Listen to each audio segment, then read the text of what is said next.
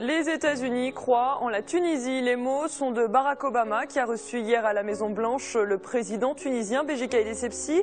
Le chef d'État américain s'est engagé à renforcer l'aide économique et l'assistance militaire envers la Tunisie. Il a également l'intention de désigner Tunis comme allié majeur non membre de l'OTAN. Ce statut privilégié a déjà été accordé à une quinzaine de pays, dont le Maroc. Il leur permet d'avoir accès à une coopération militaire renforcée avec Washington, notamment dans le développement et l'achat d'armements. Sur la coopération sécuritaire entre les États-Unis et la Tunisie, je vous propose d'écouter Barack Obama. Nous avons discuté de l'importance de la sécurité et de tout ce qui menace la région. Il est important pour nous de continuer notre coopération de manière efficace pour lutter contre le terrorisme, mais aussi pour contribuer au retour de la stabilité en Libye et rapprocher les parties prenantes. L'objectif est d'empêcher le pays de devenir un État défaillant, sans pouvoir, car cela pourrait également affecter la situation en Tunisie.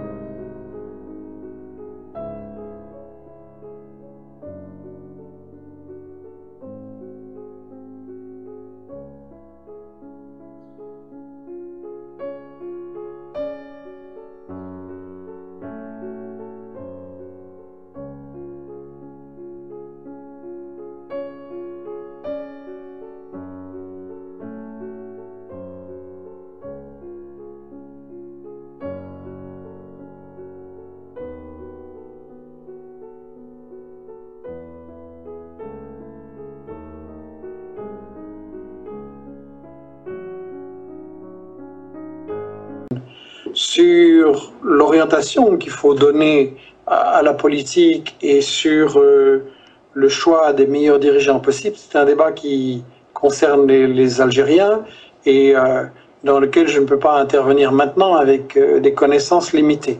Par contre, je suis tout à fait convaincu que oui, l'Algérie est sur la liste. L'Algérie est visée par les États-Unis, la France, les puissances de l'OTAN. Pas seulement l'Algérie d'ailleurs. L'Algérie n'est pas la cible indirecte de cette guerre au Mali. Écoutez, moi-même j'écrivais il y a une dizaine de jours que l'orage se levait au sud de l'Algérie et qu'il pourrait, vous savez, les orages remontent toujours contre le vent, remonter vers l'Algérie. L'Algérie a bien conscience d'être dans le collimateur. Dès 2011, certains think tanks washingtoniens voyaient déjà à l'occasion des événements libyens qu'il y aurait forcément, je ne dis pas obligatoirement, mais en toute logique, qu'il y aurait expansion du salafisme et que sans imaginer immédiatement un retour des années de Brest, des années 90, ces mouvements salafistes, tôt ou tard, rentreraient de nouveau sur le territoire algérien. Et pourquoi l'Algérie serait-elle la cible ?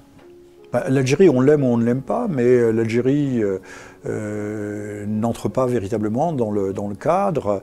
On ne va pas la comparer à l'Iran, ce n'est pas tout à fait analogue, mais n'entre pas dans le cadre complet de cette mondialisation. Ces liens aujourd'hui, hier avec l'Union soviétique, puis la Russie, aujourd'hui avec la Chine, en font un mauvais élève de la classe. Il faudra à un moment ou un autre normaliser. Et quoi de mieux pour normaliser que de semer un peu le chaos par salafistes interposés, ce que la France, les États-Unis, l'OTAN en général, a fait en Libye.